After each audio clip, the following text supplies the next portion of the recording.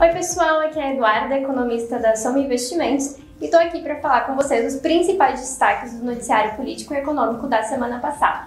Começando pelo cenário internacional, um dos principais destaques ainda continua sendo o conflito no leste europeu, e depois de intensificação de ataques da Rússia à Ucrânia, os países ocidentais anunciaram novas sanções à economia russa.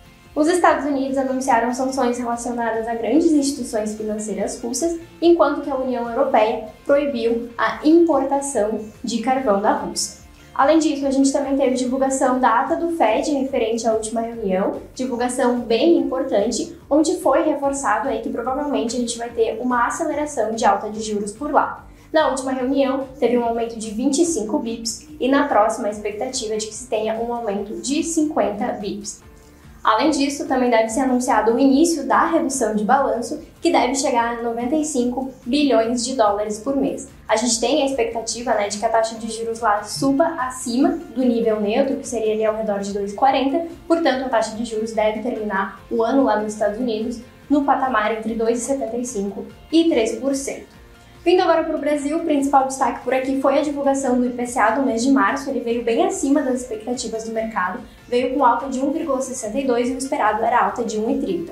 Quando a gente olha a abertura, a gente vê que essa alta foi principalmente ocasionada pela alta dos combustíveis e também por alimentos, refletindo esse aumento de commodities que a gente teve, um aumento bem expressivo ao longo do mês de março. Para as próximas leituras, a gente espera uma inflação um pouco mais confortável e, é claro, isso não deve mudar a expectativa do Banco Central de elevação de taxa de juros até 12,75. O Banco Central ele passa a olhar mais para a inflação de 2023 e 2024, portanto, se a gente tiver alterações nas expectativas para esses 2 anos, é que o Banco Central deve mudar a sua postura.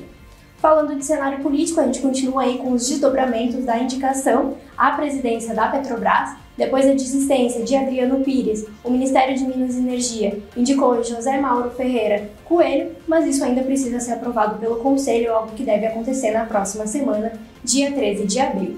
Com relação às eleições presidenciais, a gente teve ali os partidos de terceira via se reunindo e anunciando que eles vão lançar uma candidatura única no dia 18 de maio. No entanto, apesar dessa candidatura única da terceira via, os analistas ainda acreditam que a gente vai ter uma eleição bastante polarizada entre o ex-presidente Luiz Inácio Lula da Silva e o Bolsonaro. Então essa decisão não deve mudar muito a corrida eleitoral.